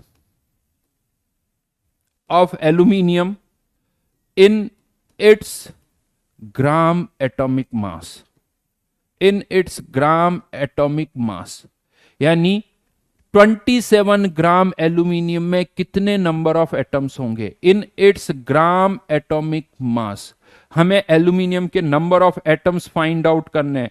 तो number of atoms, gram atomic mass of aluminium, कितने ग्राम एल्यूमिनियम हमारे पास है, 27 ग्राम। इसमें कितने नंबर ऑफ एटम्स होंगे, तो किससे डिवाइड करूं मैं, 27 एएमयू से, क्योंकि एल्यूमिनियम के एक एटम का मास कितना है, 27 एएमयू।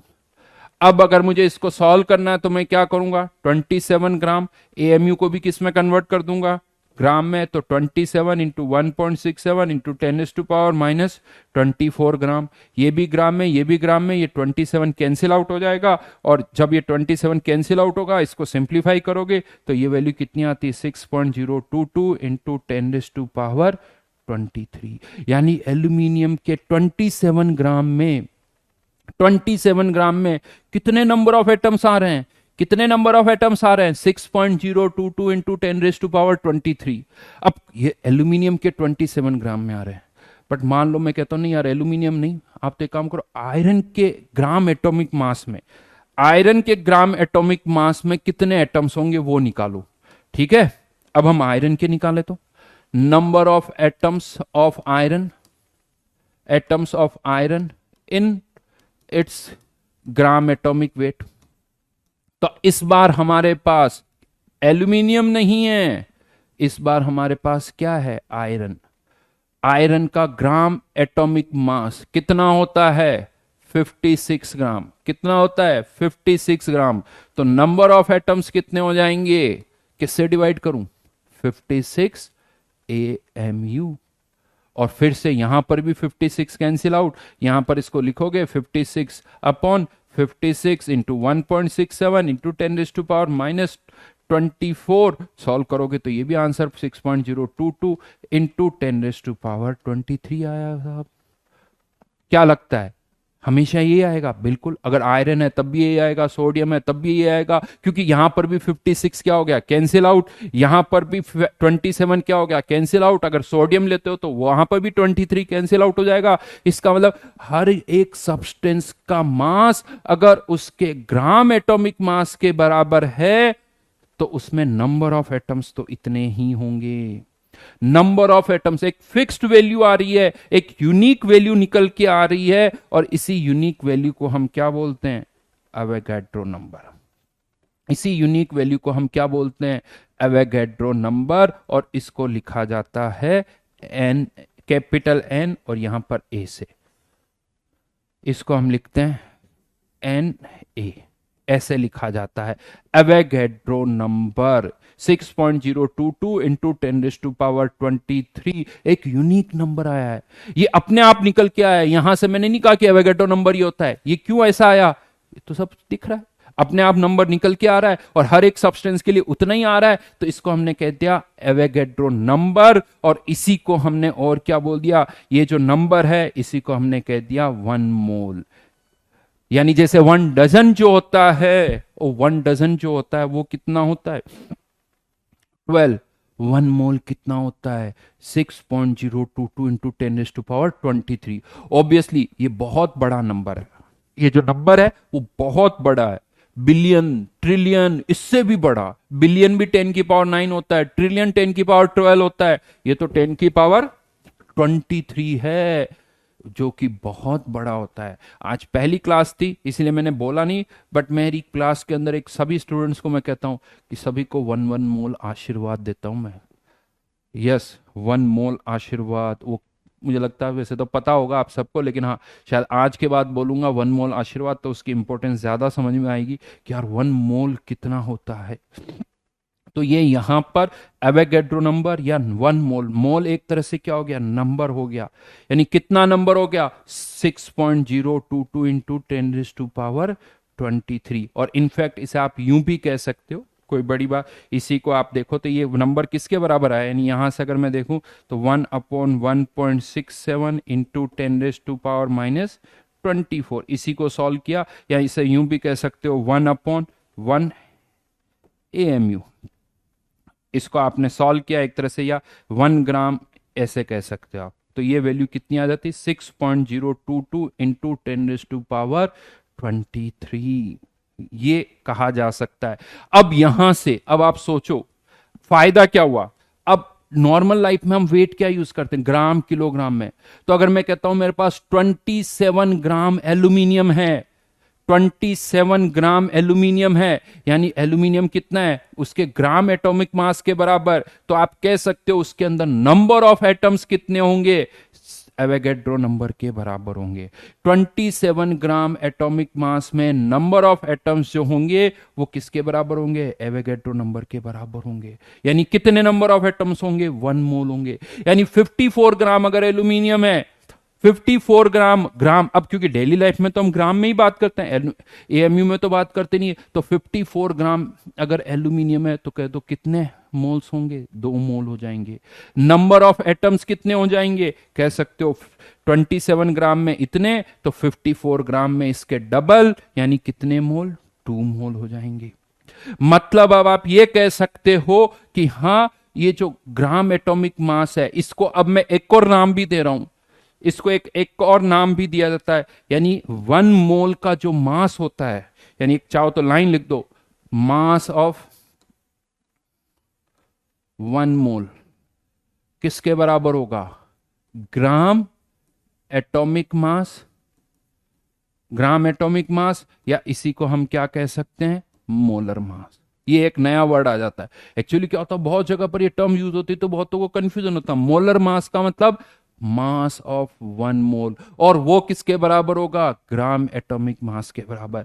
यानी मोलर मास ऑफ एल्यूमिनियम, या इसको अब मैं एक पुट करता हूं, atomic mass of aluminium, atomic mass of aluminium पूछा जाएगा तो क्या लिखोगे, 27। Mass of an atom of aluminium क्या लिखोगे, 27 AMU। और कह सकते हो मोलर मास ऑफ एल्यूमिनियम, तो क्या लिखोगे, 27 ग्राम। या इसी को आप और क्या बोल सकते हो, mass of 1 mole, mass of 1 मोल बोल सकते हो। या इसी को आप क्या बोल सकते हो, ग्राम एटॉमिक मास बोल सकते हो, ग्राम एटॉमिक मास। अब आप कहां पर कौन सा टर्म यूज कर रहे हो, ये आपके ऊपर डिपेंड करता है। ये सारी टर्मिनोलॉजी मैंने आपको यहां पर लिख दी ताकि कहीं पर भी कुछ आए तो कंफ्यूजन ना हो कि यार ये अलग होता है या ये कुछ होता है। ये आपके सामने सब कुछ है, ये सारी चीजें अब आपके सामने है।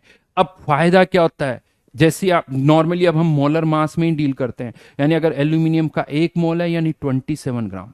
लेकिन अब जब आप मोल भी क्या है, मोल भी एक तरह से एक सब्सटेंस की क्वांटिटी को बताने का तरीका है। मैं कहता हूं ये 1 मोल है, मतलब नंबर ऑफ एटम्स कितने होंगे, number n number of atoms, वो एन क्वांटिटी को रिप्रेजेंट कर रहा है।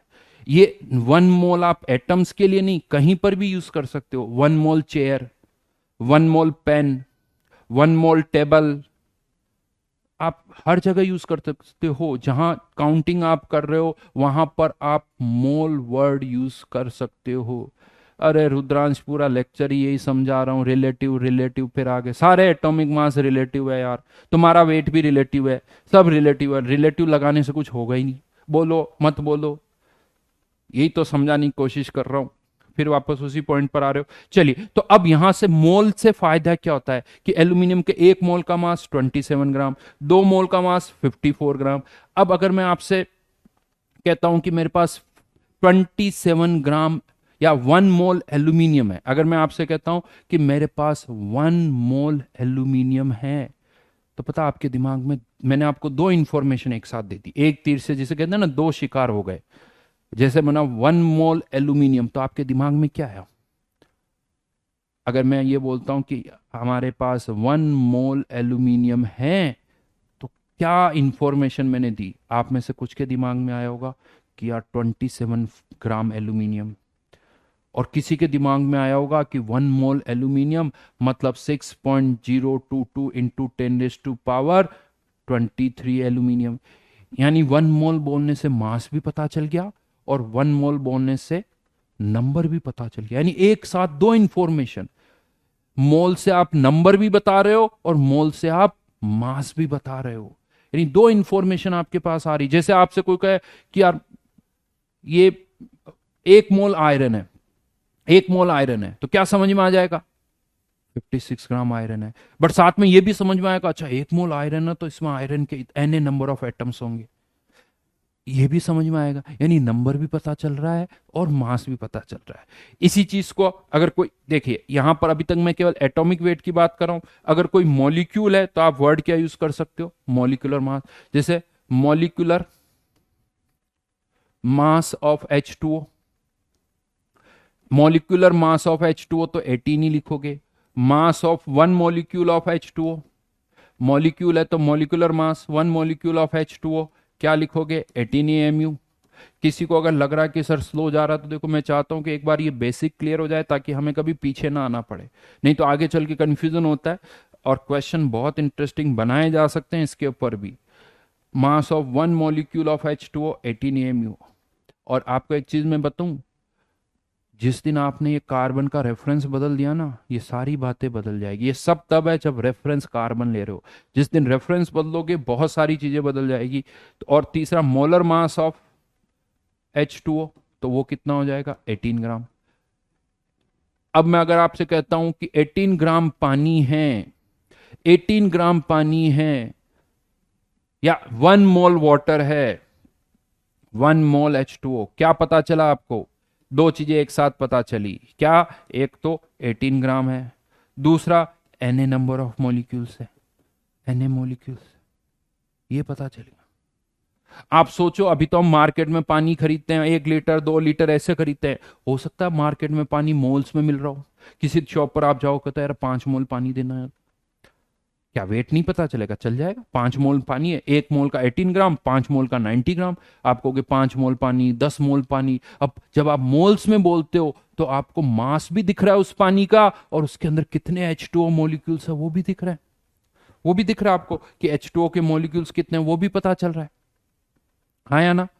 तो आप ज्यादा इंफॉर्मेटिव होता है। ये अलग बात है कि हम यूज करते नहीं है, बट अगर हम यूज करने लगे तो जैसे 5 मोल पानी, 10 मोल पानी, पानी का मास भी पता चल रहा है, और उसके अंदर ऑक्सीजन के कितने एटम्स है, उसके अंदर हाइड्रोजन के कितने एटम्स है, ये भी पता चल रहा है।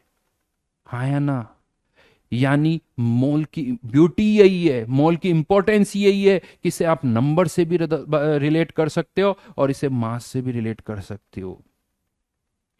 राइट, दोनों से रिलेट कर सकते हो। तो यहां पर यानी 1 मोल H2O मतलब 18 ग्राम, यानी Na नंबर ऑफ। तो कोई भी क्वांटिटी जो हो ना, उसको कोशिश करो मोल्स में कन्वर्ट कर दो।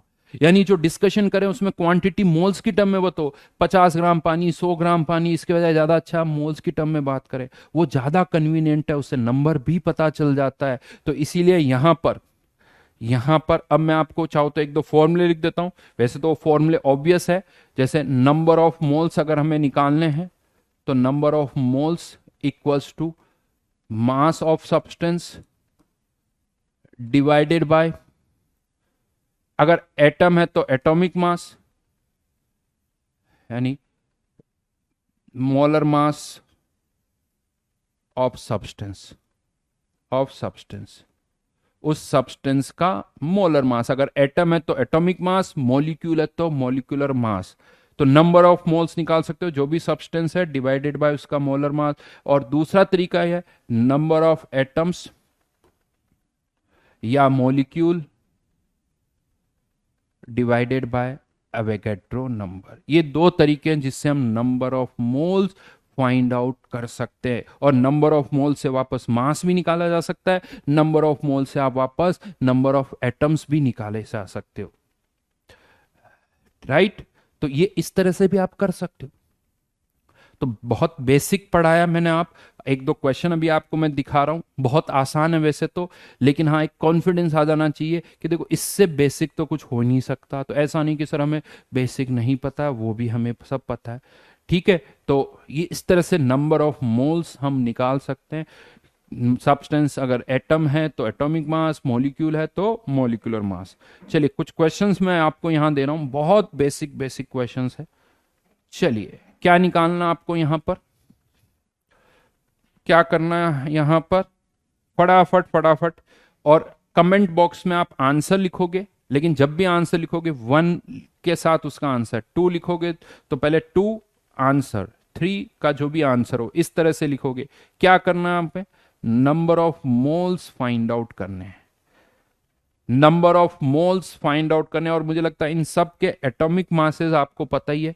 हाइड्रोजन का एटॉमिक मास सबको पता है 1 होता है, नहीं एल्यूमिनियम का 27 होता है, सोडियम का 23 होता है, नाइट्रोजन का 14, कार्बन का 12, क्लोरीन का राइट नाउ आप ले सकते हो 35.5।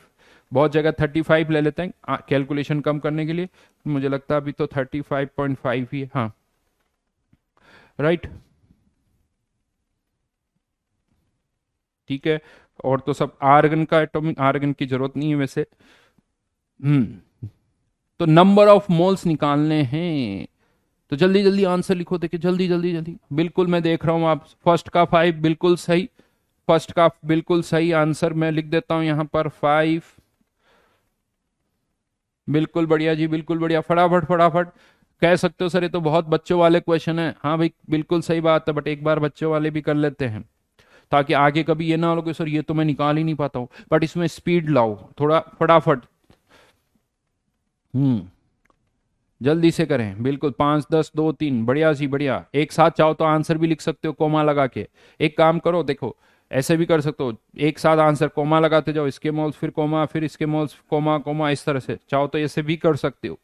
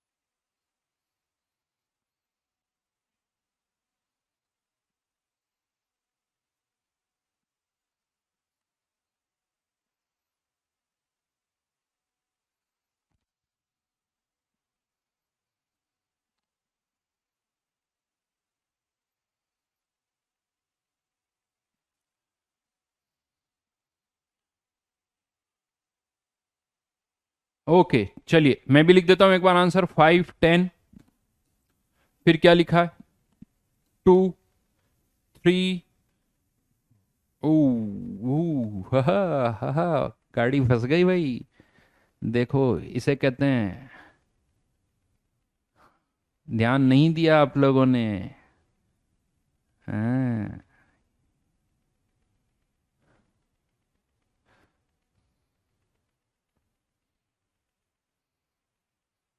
फिफ्थ का आंसर ये मिलीग्राम है, 10 की पावर -3।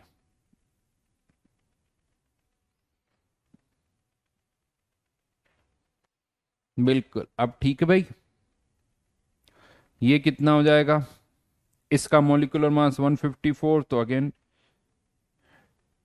2। ठीक है ना?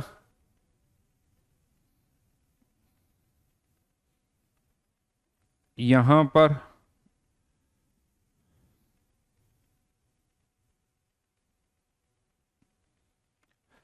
ये कह सकते हो 500, सही है।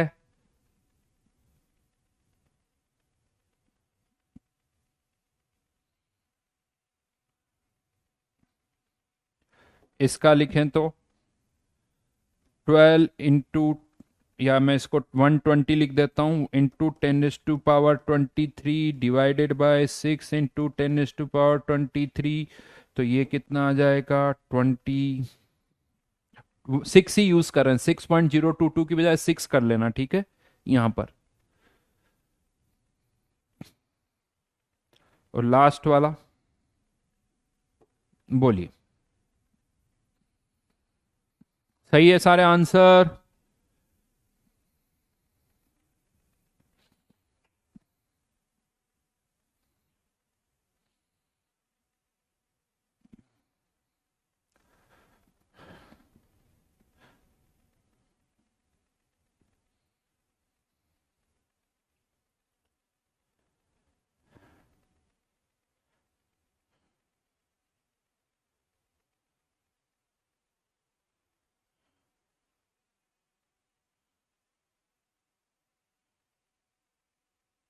Just a minute.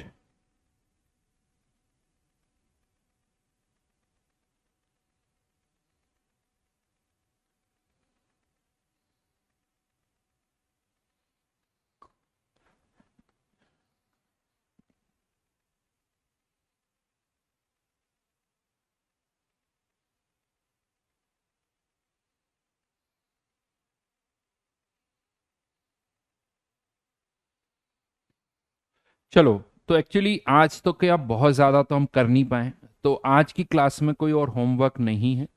होमवर्क जो है आज तो बस इतना सही है। इसका होमवर्क जो मैं आपको दूंगा नेक्स्ट क्लास के बाद दूंगा। तो और आज कुछ भी आपको नहीं करना है, कहीं और से कुछ नहीं पढ़ना है, राइट। बस जो ये मैंने क्लास में करवाया है उसी को आप वापस से देख लीजिए। एक छोटा सा क्वेश्चन किया है, यही किया है। इसके अलावा आपको आज की क्लास में और अलग से कुछ भी पढ़ने की जरूरत नहीं है, बहुत बेसिक से मैंने पढ़ाया। आई थिंक तीन चीजें मैंने समझाने की कोशिश की है: atomic mass, mass of an atom, और मोलर मास।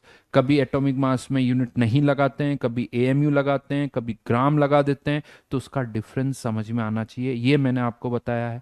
दूसरा, नंबर ऑफ मोल्स कैसे निकालने, अगर मास पता है तो भी नंबर ऑफ मोल्स निकाल सकते हैं, ये आप निकाल ही चुके हो। अगर नंबर पता है तो भी नंबर ऑफ मोल्स निकाल सकते हो।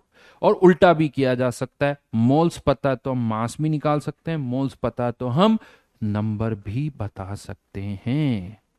हाँ या ना? तो इतना सही किया, दैट्स इट। इसके आगे फिर नेक्स्ट क्लास में करेंगे, ठीक है? चलिए, थैंक यू।